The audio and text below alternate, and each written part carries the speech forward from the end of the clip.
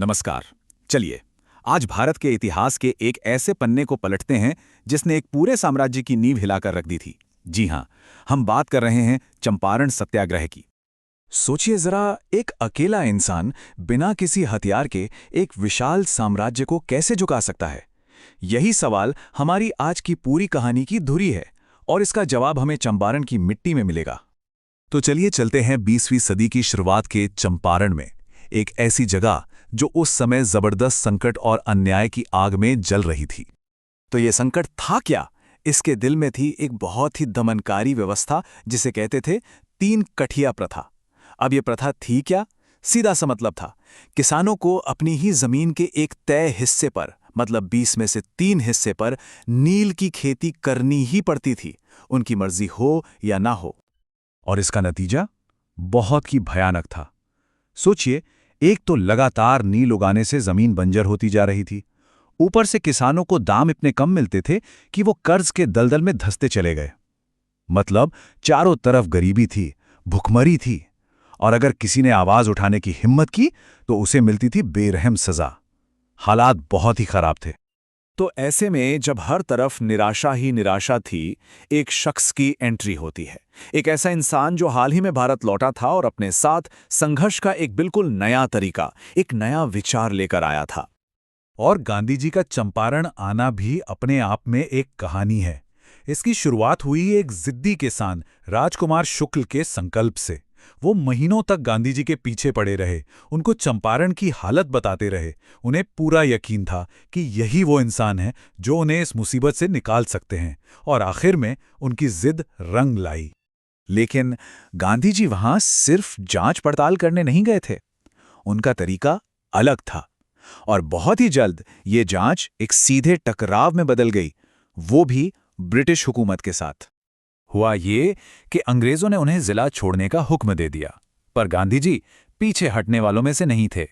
उन्होंने इसी मौके पर अपने सत्याग्रह के सिद्धांत को आजमाने का फैसला किया। उन्होंने साफ कह दिया, मैं किसानों का दर्द समझे बिना यहां से नहीं जाऊंगा, चाहे मुझे जेल ही क्यों ना हो जाए। और फिर अदालत में जो हुआ उसने सबको हैरान कर दिया। उनके शब्द बहुत सीधे थे, लेकिन उनमें गजब की ताकत थी। इस एक बयान ने बाहर इंतजार कर रही हजारों की भीड़ में जैसे जान फूंक दी। अंग्रेजी हुकूमत पहली बार बैकफुट पर थी। सोचिए, एक अकेला इंसान पूरे साम्राज्य को चुनौती दे रहा था। कानून तोड़ने का ये जो काम था, ये भारत की धरती पर सत्याग्रह का पहला बड़ा और सफल प्रयोग था। ये वही विचार था जिसे गांधी जी ने साउथ अफ्रीका में तराशा था। इसका सीधा सा मतलब था सत्य और अहिंसा की ताकत से अन्याय को झुकाना। अब एक तरफ गांधी जी का अटल अहिंसक रवैया और दूसरी तरफ हजारों लोगों का समर्थन। सरकार पर दबाव इतना ज्यादा बढ़ गया कि उसे झुकना ही पड़ा। और इसके बाद जो हुआ वो सच में कमाल था। मतलब जिस इंसान को कुछ दिन पहले जिला छोड़ने का नोटिस दिया गया था, अब सरकार उसी को अपनी जांच कमेटी का मेंबर बनने का न्योता दे रही थी। अंग्रेजी हुकूमत को अब अपनी ही बनाई नीतियों की जांच करनी पड़ रही थी, और वो भी गांधी जी के साथ बैठकर। और उस कमेटी की रिपोर्ट, वो किसानों के लिए एक बहुत बड़ी जीत थी। कमेटी ने कहा कि 3 कठिया प्रथा को फौरन खत्म किया जाए। मतलब जिस जुल्म के खिलाफ किसान दशकों से लड़ रहे थे, वो खत्म होने वाला था। ये सचमुच सत्य की जीत थी। लेकिन रुकिए, ये कहानी सिर्फ चंपारण की नहीं है।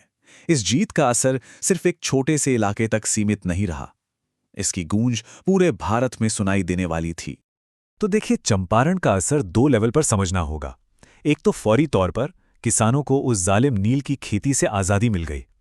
ये बहुत बड़ी राहत थी। लेकिन इसका लॉन्ग टर्म इम्पैक्ट कहीं ज्यादा बड़ा था। इसने पूरे देश को दिखा दिया कि सत्याग्रह कितना बड़ा हथियार है।